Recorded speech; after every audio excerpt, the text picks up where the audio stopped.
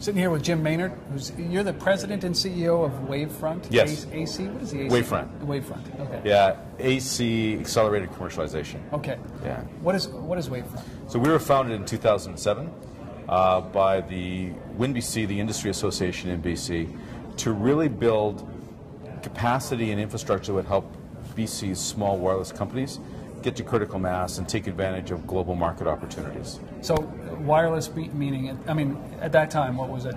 Well, at that time it was a lot of, I would say, infrastructure, mobile data. Vancouver's got a tremendous history. Going back to the original FedEx terminal, that came out of technology in Vancouver. So we've got some history, PMC Sierra in the semiconductor business, so some strong leadership in today's Sierra Wireless, which is now the world leader in machine-to-machine. But around that's a whole ecosystem of really talented engineers and small companies trying to make their way into the wireless space. Well, how would you classify a small company, though? Like, 15 to 25 people, $1 million to $2 million in revenue, really trying to get to traction in the global marketplace. Okay. So, and wireless back then, I mean, was more infrastructure, more bigger plays, right? So yes. Right now, all of a sudden, it's shrunk, right? Because wireless now, in the mobility space, it's much smaller. Well, it's different.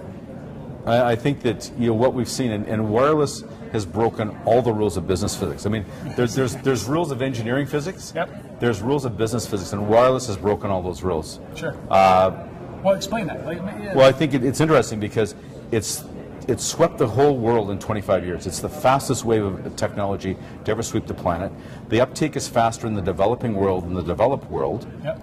And the really interesting thing is that in most technology waves we've seen in the past, it's been strategic business adoption, then mainstream business adoption, then it gets to consumers, and then it gets to the people that can't program their VCRs. So, but what's happened is that wireless has completely turned that on the ear because, it's had tremendous uptake in developing worlds, and it's had a huge economic impact. Just the thing of being able to get access to the price of rice on your SMS message as you go to market has changed the way people have done business. Deciding which way to go, left or right? It's changed banking. And here in North America, the whole adoption of consumer media and entertainment as a head of business, I think has really changed the rules. And in some ways it's lulled us into thinking it's all about iPhones and Android, when what we've really seen is that business has, beyond voice and mail, they have not really taken wireless into the way they've changed their business. No, they haven't. And so what we're really working with companies is helping companies in the digital media space to converge, but also getting companies to think about the opportunities that are coming in behind in business and in the machine-to-machine space. I mean, Ericsson has forecasted by the year 2020 there'll be 50 billion connected devices. Yeah, and that's going to profoundly change the way we do things. Well, wireless to me used to mean, the biggest revolution, 5 years ago was a company that I saw that was actually, building an ability to pay for a pop drink from a machine, a vending machine, right onto my wireless bill. Yeah. Right? We've come so far very quickly because that, well, revolutionary for the time. It's still waiting for that to happen. Right? We've gone over that, and now we're talking about business transformation. Yes. Like, that's incredible. It's going to be amazing. And it's going to change. And the thing is, it's not just about business. It's going to change the way we live. It's going to change the way we age. It's going to change the way we educate, the way we deliver government services. All those things, not only just cost savings, but dramatically transformative. And so part of what Wavefront's about is helping young entrepreneurs catch the vision of more than just apps in the App Store and really look at some of the really significant economic opportunities there, not just to build great products, but to build great companies. Because I think it's interesting, Canada's had a history in telecom and broadband. I mean, leadership at BNR, and then Nortel, RIM. So we've seen these waves, sort of successive waves, and what's happening now in this application space, this is really the play of the small to medium business. It is. And that's what Canada really is all about.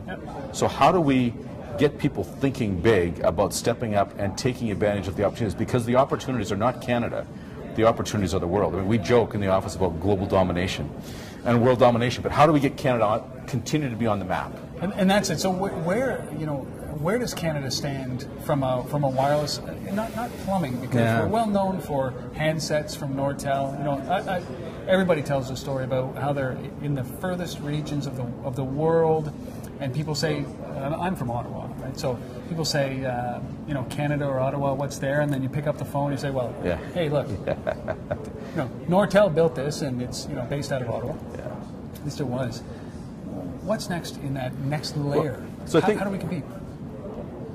So I think the first thing is we have to look at what's happening abroad rather than happening at home. Yeah.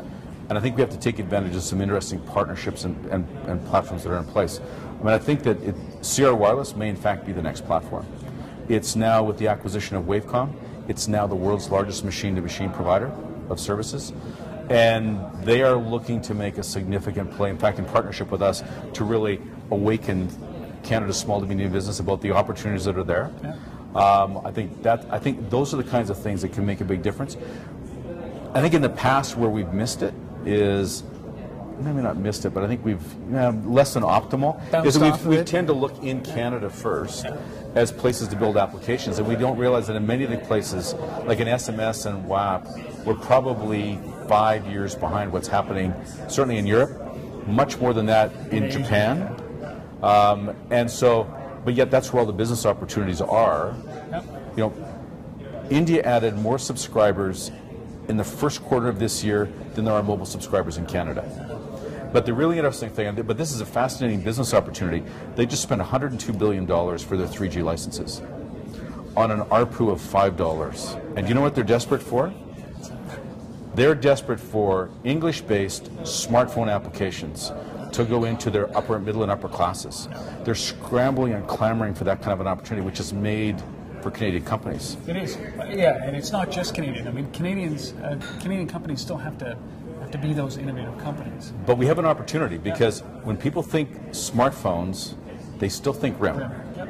So there's an effect there. They should. They should. Absolutely. Yeah. So, and it's interesting because we have a partnership with the Mobile Computing Promotional Consortium of Japan, which is the keiretsu of the major Japanese wireless operators, and about 100 or so of other companies that are major players. Little companies like Fujitsu, small ones. Panasonic.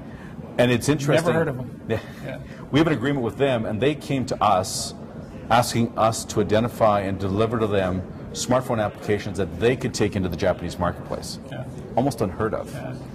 And so we've been working with them now for the past year. We've taken our first group of companies in. Small companies that you would never think would be able to do business in the Japanese markets, coming back with qualified leads and contracts. Yes. And so that's part of what we want to do at Wavefront, is not only have some interesting technology services to help companies build their applications better, but what can we do to create fast tracks to market in some of these big international opportunities that we can actually then get companies presented and accelerated into the revenue cycles there. And is that what we have to do? Like, you know, we've seen a lot of hollowing out of Canada, right? Some of the largest companies, some of the largest software companies and hardware companies in the world, based in Canada, are now, branch offices of some of the larger U.S.-based companies or worldwide companies. And so, really, when we look at the mobile space, I think of Toronto as a hub of mobile activity. I do think of Ottawa. I think of Vancouver as a hub of mobile activity. Yes. There's a big open space. In the States, I think of New York City. I think of Austin. I think of San Francisco. But I think New York is still dominant, northeast. So we're right on the West Coast, or the East Coast here. Actually, there's more wireless decisions made on the West Coast than on the East Coast. There are, right? Yeah. I mean, if you look at the real power base of wireless in North America is the Pacific Northwest corridor between Seattle and Vancouver in terms of hardcore wireless. And if you look at the shift with the mobile browser and the mobile web becoming more into dominance, that's a real concentration of power in Silicon Valley. Natural convergence. So what we're seeing is actually, in talking to some of the major large operators, they see more of an alignment now of decision making actually shifting towards the West Coast. Okay. Hey, so how do we? Where does Canada need to be? Well, I think a couple things. I think we have to realize that wireless is a critical part of the way we're going to go forward as an economy. It's going to dramatically change productivity in government, healthcare, education. So we have to acknowledge that. And I think we have to understand and look at what other companies are doing around the world, countries are doing around the world. So Japan, Korea, Scotland, Finland, Sweden, Israel are all making strategic investments. To how do we? I think the best way to describe it is this: when we had an industrial economy, what were the critical components of the industrial economy? Fast, reliable transportation. So trains were critical, right, at the beginning. Running water, sewer, roads, well-trained workforce. Those were the critical investments that governments had to make to create an industrial economy. If a digital and a knowledge economy is the next wave of opportunity, a services-based, what are some of the critical components? Shared technology services, access to mentoring, and fast tracks to market, not only to get people into other countries, but also to go abroad and understand what the requirements are and bring them back. Right. So if we acknowledge that, I think we need to make some strategic investments to do that. The thing we've heard is we've met with, and we have relationships now with a lot of the major players around the world, some of the major geographies. They don't want to deal with the regions of a country because they view Canada as very strong. They would say, we would like a single place to come that understands all of the country. And that's really the Wavefront proposition. This is not just about a Vancouver cluster. We're much more of a vision of how do we connect the skill sets in Vancouver with the skill sets in Toronto, with the skill sets in Ottawa, and present that as a picture to the world of the tremendous opportunity that's sitting here in digital content, media, and enterprise and machine-to-machine. Well, I think that's, and if we do that, we can sit at the stage in this mobile and this world. Exactly, because you combine that with our great engineering, our great creativity. And one of the things Canada's been great at is creating new ideas and innovating, right?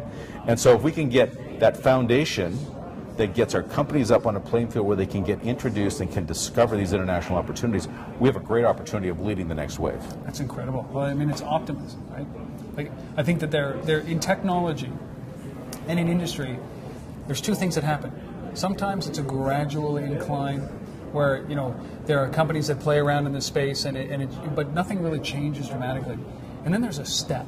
Yes. And wireless is that, mobile is that step. And the companies that, you know, and in this case, countries that may have not played a heavy role in a global economy before. In Canada, I say that tongue-in-cheek, but technology-wise, Canada's been there.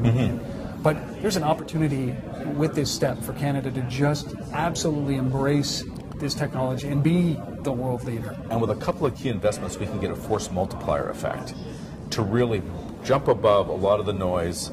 I mean, the reception we're getting in Japan is phenomenal. Like, who would have thought that the most well-monetized and advanced wireless ecosystem in the world would be ecstatic about the innovation and the quality that they're seeing in Canadian wireless application companies. Except for Canadians, I think we're not surprised. I'm not surprised at all. You know, and if I can put a plug in for Wavefront, on the 8th of October, we're opening our Orange Partner Developer Center.